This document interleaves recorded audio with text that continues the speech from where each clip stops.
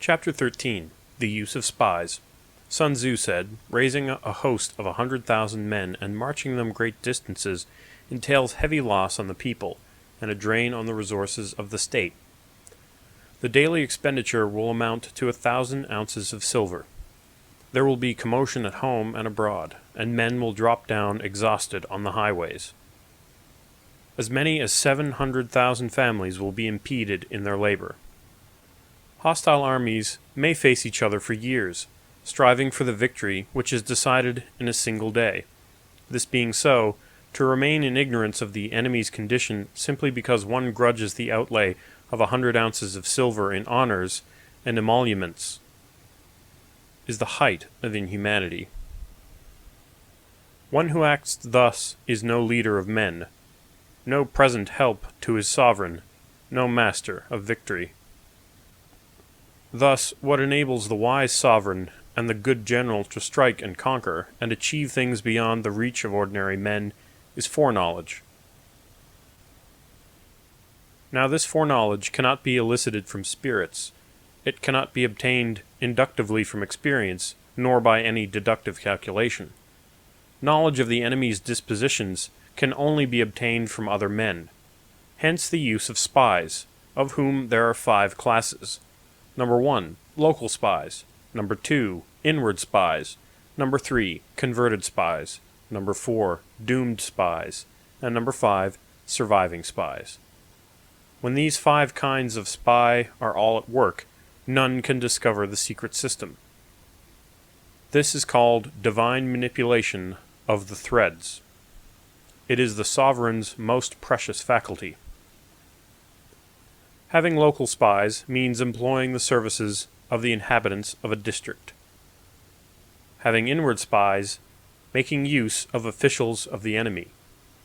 Having converted spies, getting hold of the enemy's spies and using them for our own purposes.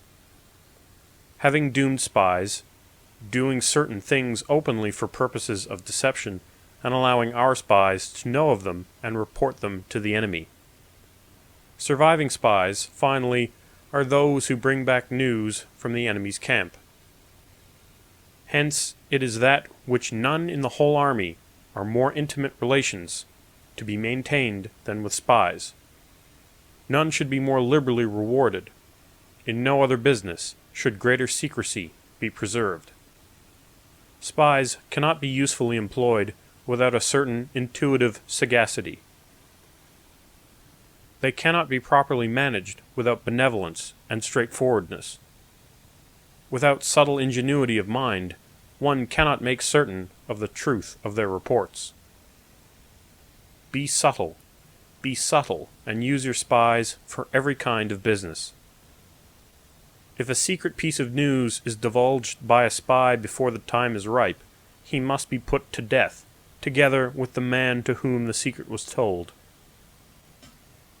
Whether the object be to crush an army, to storm a city, or to assassinate an individual, it is always necessary to begin by finding out the names of the attendants, the aides de camp, and doorkeepers and sentries of the general in command.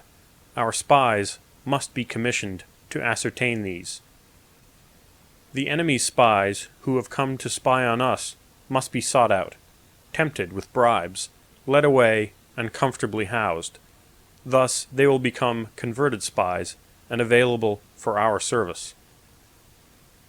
It is through the information brought by the converted spy that we are able to acquire and employ local and inward spies. It is owing to this information, again, that we can cause the doomed spy to carry false tidings to the enemy. Lastly, it is by his information that the surviving spy can be used on appointed occasions. The end and aim of spying, in all its 5 varieties, is knowledge of the enemy, and this knowledge can only be derived in the first instance from the converted spy. Hence, it is essential that the converted spy be treated with the utmost liberality. Of old, the rise of the Yin dynasty was due to Ai Chi, who had served under Xia.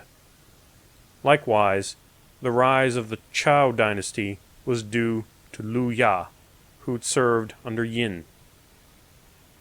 Hence, it is only the enlightened ruler and the wise general who will use the highest intelligence of the army for the purposes of spying, and thereby they achieve great results.